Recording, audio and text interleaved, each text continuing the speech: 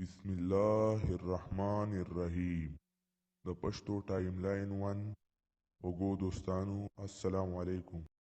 دوستانو، په نننۍ ویډیو کې د کورونا په باره کې به بحث کوو. د حضور صلی الله علیه وسلم په زمانه کې به داسې څه وبا راغله، حضور صلی الله علیه وسلم د دوی به څه کول، او ورسره به د کورونا د بچ کېدو لپاره دواګانې او څه وظیفې هم ذکر کړو.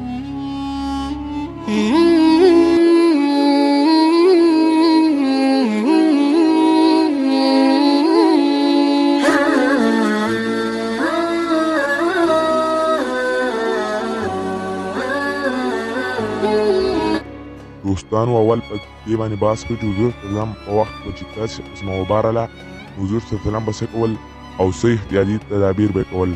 د پیغمبر صلی الله علیه وسلم په وخت کې یو پیر داسې قسمه وبا راغلې وه، د خلکو مړوندونه چې کم دي په دې کې به د دې باندې به راتله، که د ګوتې دي که د مټ دي، او د دې نه به غوښه راټېده. نو چې کله دا مرض راغی نو خلکو حضور صلی الله علیه وسلم رال دوه کسه، یو کس ته لګېدلی یو ته نه و. نو چې دوی ورال نو یو بار صحابانو ونیوه، ویل چې ته مه ورځه او حضور صلی الله علیه وسلم ته به نه مرض ورپورې شي. او بل دنده ورغی، حضور صلی الله علیه وسلم ته یې ټوله قصه وکړه. نو حضور صلی الله علیه وسلم راغی او د بل کس ته ویل چې راځه او دوا یې ویله. دوستان، دا دوا به په آخر کې وایم چې تاسو پرې هم صحیح شئ او یاد یې هم کړی و. حضور صلی الله علیه وسلم دغه کس راوستو او د ځان خواته په روټۍ ته کېناوه، او حضور صلی الله علیه وسلم خلکو ته دا احتیاطي تدابیر خواره کړو. کوم کلي کې دا مرض راغلی وي، د هغې نه به بل کلي ته نه څوک ځي او نه به دا کلي ته د بل کلي څوک. اوس دې ته راځو چې دا احتیاطي تدابیر آیا ضروري دي په اسلام کې شته که نه؟ نو دا ضروري دي، ځکه چې پیغمبر صلی الله علیه وسلم چې کله وویل چې دې کلي ته به نه څوک داخلېږي او نه به دې نه څوک بهر ته ځي، د دې دا معلومېږي چې احتیاطي تدابیر به کوې کله داسې مرض راشي. دوستانو، اوس راځو د دواګانو طرف ته.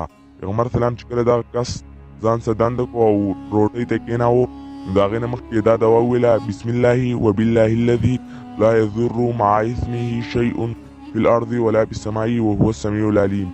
دا دوا یو ځل بیا واورئ: بسم الله وبالله الذي لا يضر مع اسمه شيء في الارض ولا في السماء وهو السميع العليم.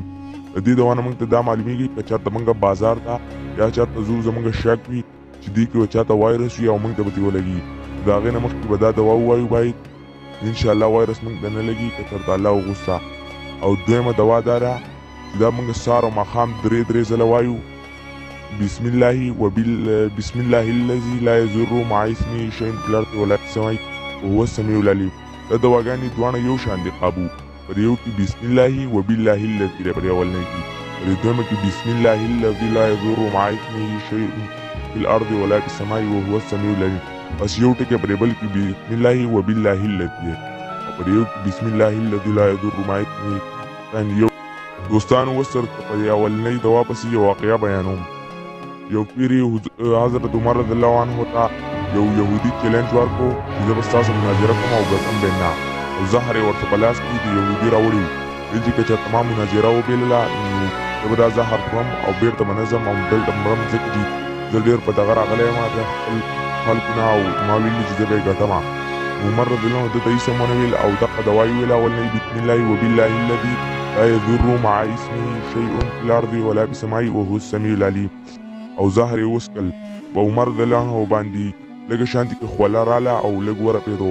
چې دې یهودي ورته وکتل، هغه ژوندی پاتې شو. نو یهودي وویلو چې توبه یې وباسله او سیده بېرته ویل چې زه ځم، ویل چې دا خو داسې زهر و که چا په لاس لګولی نو هم به مړه کېدی، او د وڅکل او دا ژوندی پاتې شو.